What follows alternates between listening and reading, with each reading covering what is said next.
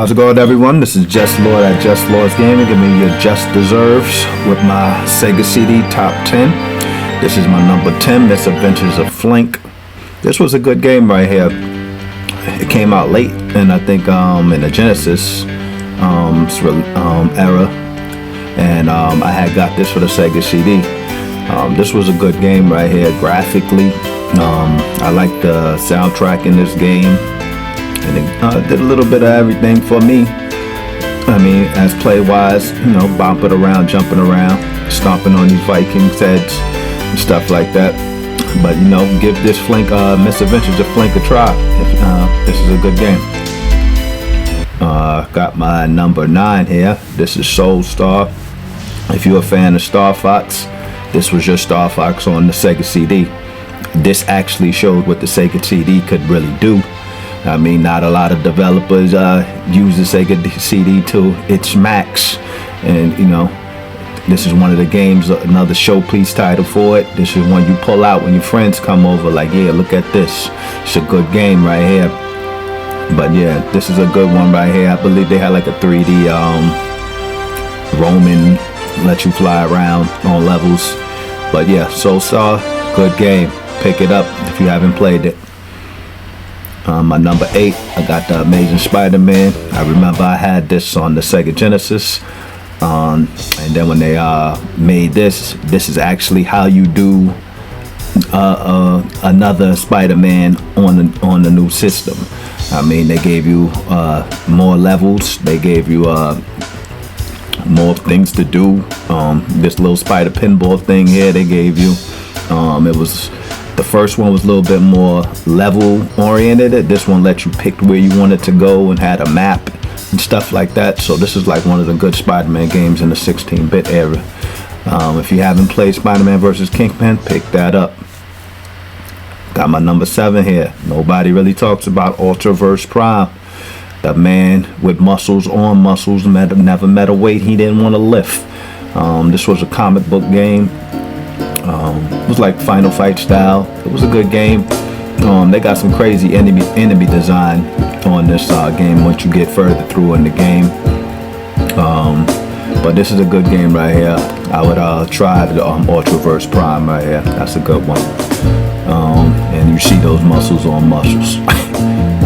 Here we go. My number 6. I got Snatches here. I mean, if you're a fan of like point and click games where you got to make choices, this is one you can't pass up if you got a Sega CD. Give Snatch a go. Snatch is a good story, got good voice acting, you know, a lot of reading, it's a lot here if you want to play a good story driven game. Snatches is definitely one of my top games on the Sega CD. If anything, I would tell anybody pick this game up ASAP. I think it's pretty expensive now. I'm not pretty sure what's the prices on it, but Snatches, good game. Pick it up. I'm a number 5 here. Selfie. This was a great shooter for me back then when I played it. I mean, you couldn't tell me that these graphics wasn't hard. Another showpiece title that you pull out and show your friends. I mean, when they were only on the Super Nintendo or Genesis.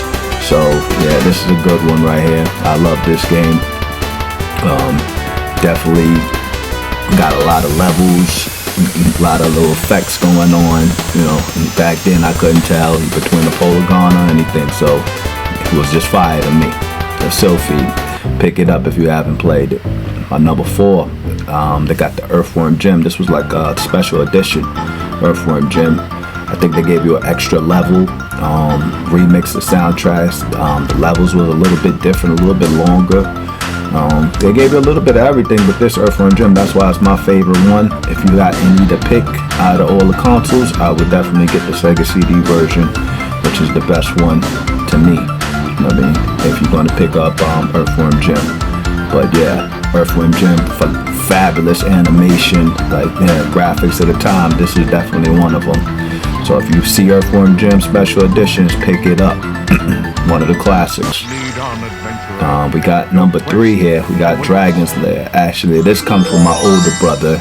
who used to play this in the arcade and used to come home and tell us about it. Like, yeah, y'all ain't see nothing if y'all ain't see Dragon's Lair. And he used to always talk about this.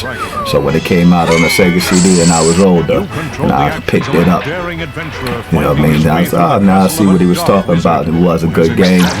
I mean, pretty short, but I mean, Dirt Daring, very good game. I'll recommend this to anybody who hasn't played it. It's a quick little thing, little 20 minutes, it'll get you through it.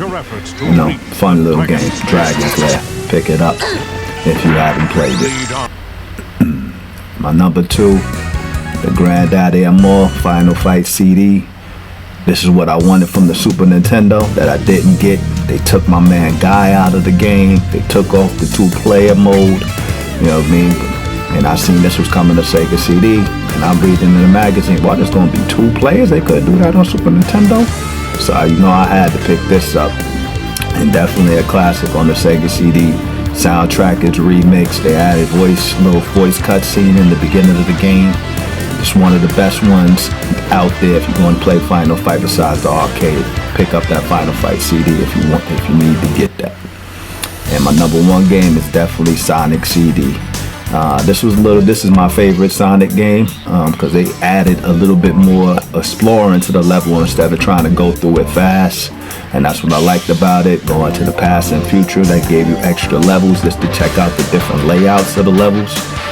You got to do a lot in this game. I mean, that's why I love this one the most out of all of the Sonic games that ever came out. But this is definitely my favorite Sonic game. A lot of people don't really put this as their favorite Sonic game, but I'm going to do it. So, you know, make sure y'all like and subscribe. Leave comments what video y'all would like me to do next. Anything of that sort. Peace out.